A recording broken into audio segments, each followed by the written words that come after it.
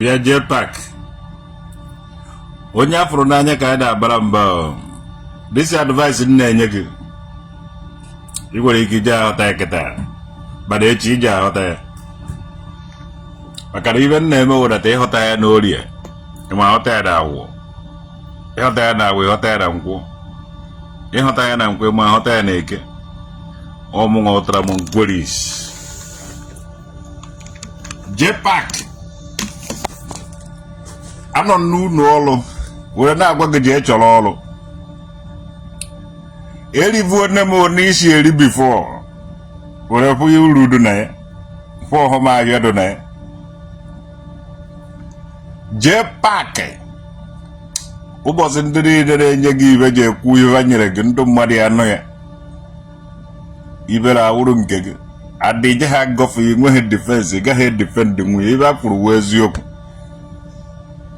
JPac jee chọrọ ọrụ ga-eju mepee shọpụ ọwụrụ na mkpọ ọwụrụ na mgbuka mkpọ wụrụ na mgbuka ụkpọ chọta shọpụ kpọọ ya ngwa ahịa JPac onweghị ibe na-alụ akwa ọkụkọ gorigo jip kịta akwa ọkụkọ nwere problem gị na nwunye gị n'anya moto ahụ unu enweghị ike ije demonstration mee protest ma kwuo maka akwa ahụ ogorigo moto gị n'anya moto akwa JPac jee na nke mata ya si eze a ka o nwere ọrụ for you ma ọ ijekwuru ihe dị the light of Africa ha nwere job for you and ọrụ ahụ ga-efevọ gị ọfụma go to Mathias Ezak ọ ga-enye gị ọrụ ma ọ ga-atọ ihe dị the light of Africa ọ ga-enye gị ọrụ o juru nwoke n'isi na awụfu awụfu JPac jee chọrọ ibe ị na-eme n'ụwa gafego ife ịwụkwawa ala majiri o ka m gwazie gị otu esi eme ala majiri ndị a na-ejechebe ala ha ji na-eme na-ejebe nnibe a na-eri onye ahụ ka edo onwe dị iche gị na ala majiri JPac ala majiri ji eje na nke Sultan of Sokoto Sultan of Sokoto enye ya nri nyebe ibe ebe a bụrụ na-eri nyekwuo ofe ma ego onye aka JPac si jee na nke imoni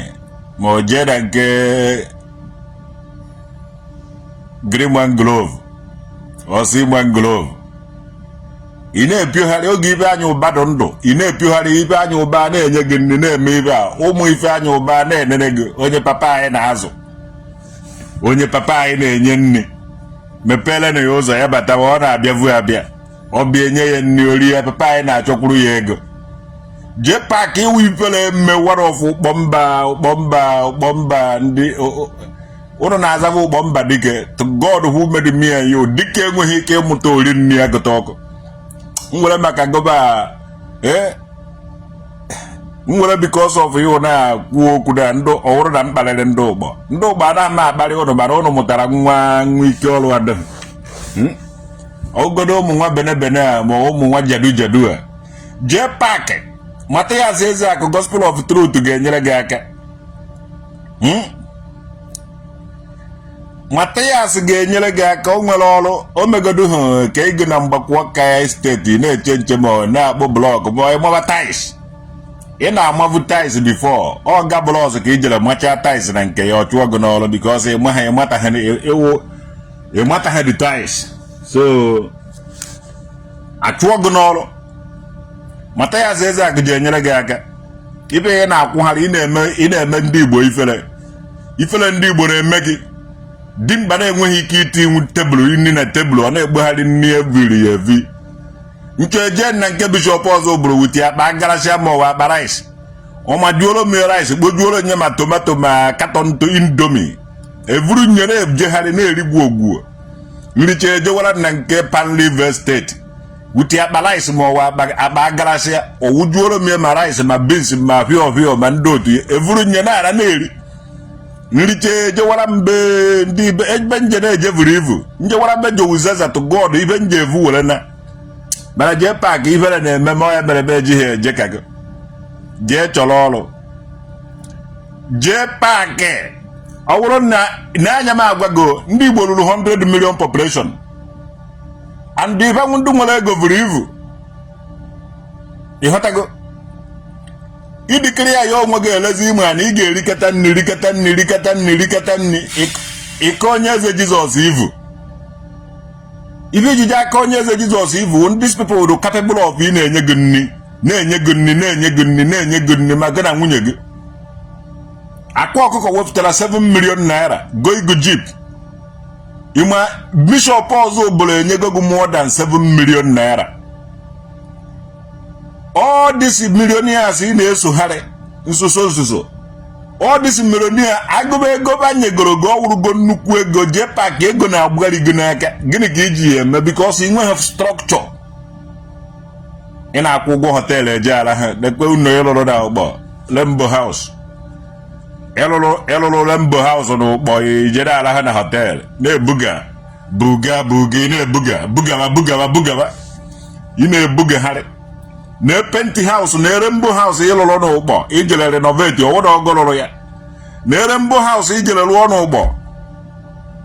All new Lego Bishop also Bruno Yegu Wa Foundation. Ekale my beje measurement floor. You can go near foundation nada. JPac igube block igula na ti n'ime igube ha na ti block n'ime you na hello no but that you na e gara gbajo paint man no ndo de paint hola abia ka ijere evu ko ebe go that paint ya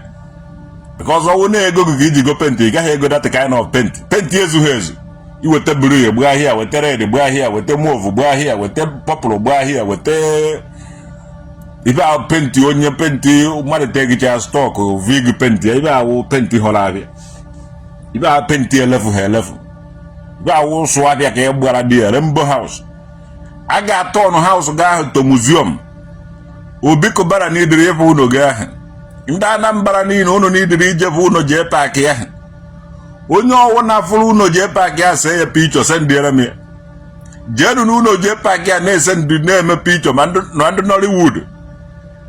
anwe achelo ko mari na police ya loko ya die wala no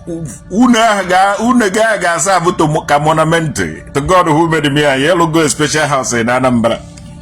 ana ohogolo luna renovation game. Thank you for watching. Subscribe on this channel, share this video, like and comment, drop your thoughts in the comment section. Thank you and God bless you for watching.